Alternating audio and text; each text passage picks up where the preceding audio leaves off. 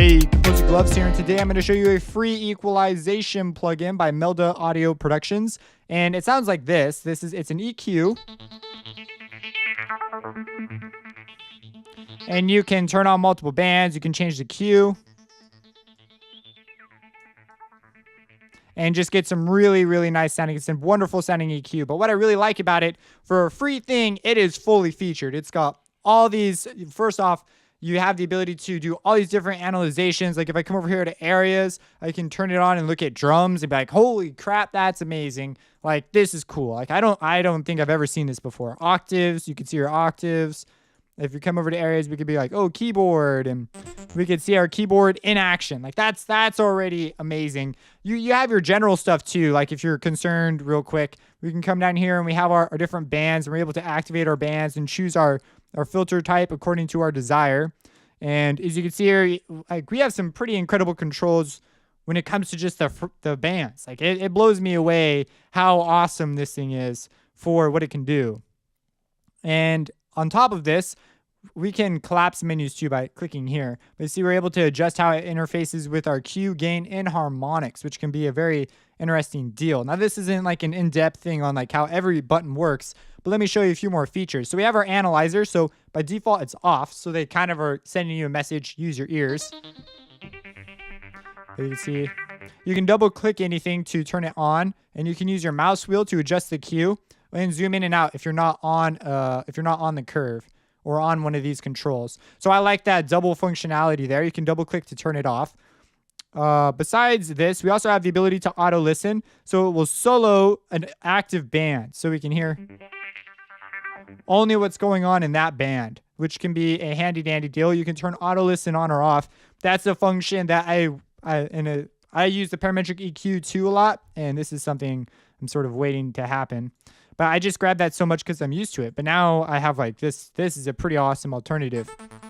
And so I also have on the analyzer thing, we have a couple other options. We're able to put a sonogram on it. And basically what this will do, if I turn the analyzer off, is we'll see sort of via heat map what are our louder frequencies versus our softer ones.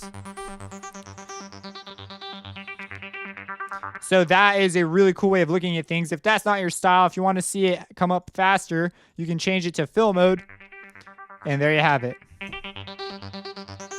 And you're able to change the colors versus what's like really loud and what's not. Right now, I believe red is the loudest.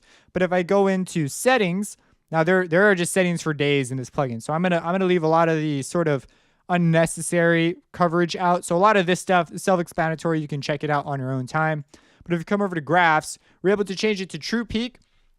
Big deal. So you can tell whether or not it will peak when it comes out of your converters instead of when it peaks in your software, which is something that is becoming more and more common in more plugins, but they've had this for like ages. We also can do our sonogram fill here as well if you want to do it here. And on our sonogram, you're able to change it. So you see red is our hottest color, but I could change it to some other color. And again, more options for days.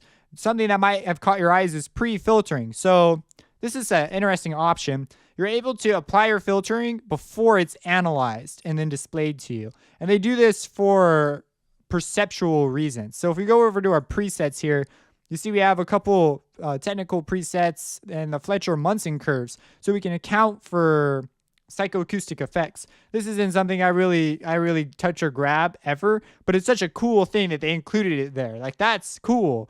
I'm just blown away at like how well thought out this thing is. Like, it's incredibly well thought out, and it's free. Like, what the heck? We're able to get some pretty crazy control over our analysis and our graphs. We're able to change how long our graph sits there, and we're able to do comparison analysis with other instances of this EQ. So we could copy our analysis and bring it into another EQ and compare them so that we could tell where masking is occurring and things like that.